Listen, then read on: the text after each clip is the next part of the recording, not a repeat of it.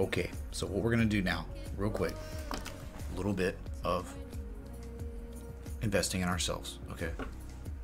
We're just gonna look real quick, and hey, if you know about this, congratulations on being smarter than everyone. But again, I want to teach people, I want to help people invest in themselves and grow. So what we're gonna do is just talk about the bullish or bearish rectangle. All right, very simple stuff.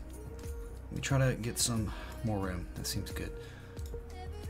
The rectangle that is bearish or bullish doesn't matter. Here it is, man. Here it is. So what happens? This is just in this situation. Let's say we're in a downtrend. Okay, we find a bottom finally. What'll happen is we'll just get range bound.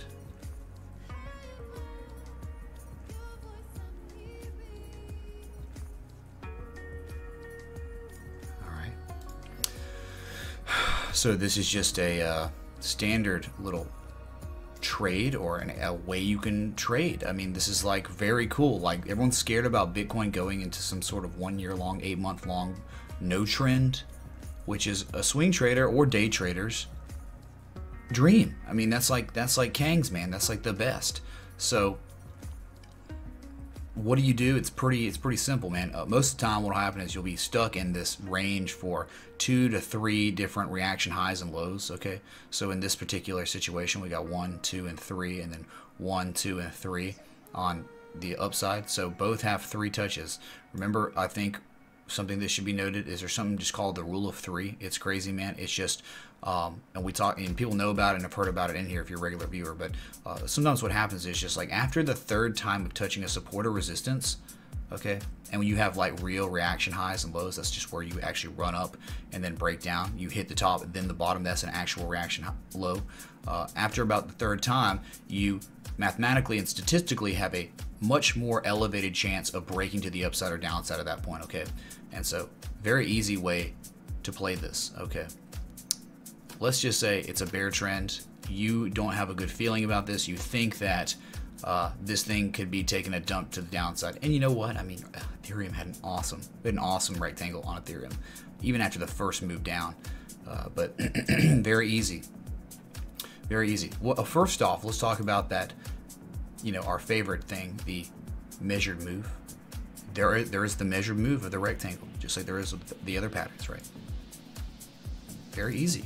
Just with the widest area from the bottom to top, the clear, discernible resistance to support. That's it, man. You can have these to the upside or downside. Okay, that's weird. I don't know what's doing that. So there we go, man. That's that simple.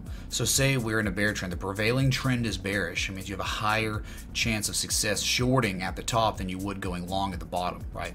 So getting your short tool out, simple enough. Very simple, man. Okay, that's really very simple.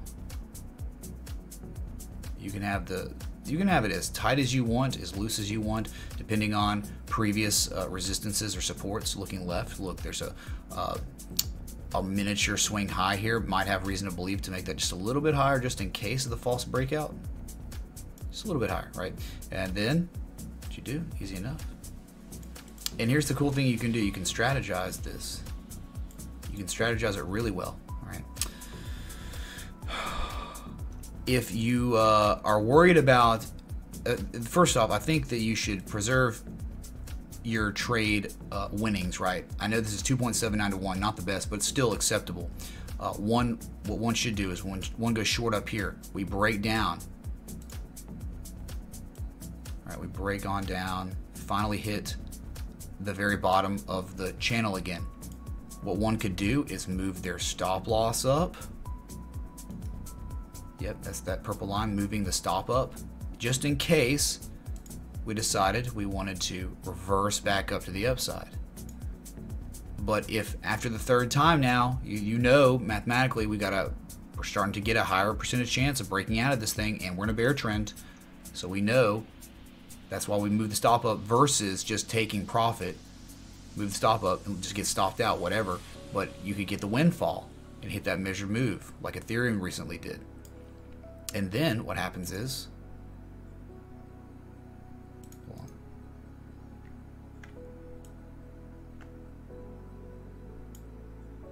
it looks like this. Secondary target. You got a primary target down here and a secondary target. This is the windfall. This is the breakout you were looking for. All right. That's it, man. That's your rectangle. That's your bearish rectangle. And here, there is your bullish rectangle. Okay, easy enough. Let me know if that helps. Okay, just doing education. We are kings.